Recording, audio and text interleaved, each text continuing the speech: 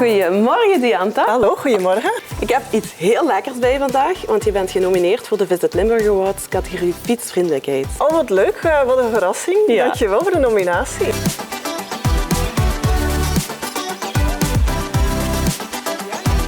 Vertel nu eens, wat doen jullie hier eigenlijk? Mijn man Paul en ik baten hier B&B Het Hemelsveld uit in Alken.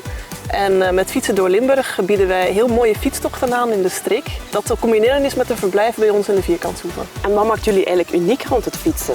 Wij bieden e-bikes aan voor volwassenen en voor kinderen. En mensen kunnen bij ons uitgestippelde themaroutes volgen aan de hand van een routekaartje en een inspiratiefolder. En ze kunnen ook een picknickmand bestellen bij ons voor honger onderweg. En waarom moet ik en eigenlijk heel Limburg op jou stemmen? Wij zijn zelf enorme liefhebbers van onze streek en we willen dat ook op een laagdrempelige manier aan iedereen kunnen aanbieden. Dan ga ik zeker eens een keertje terugkomen, want het was een super bezoekje. Heel erg dankjewel.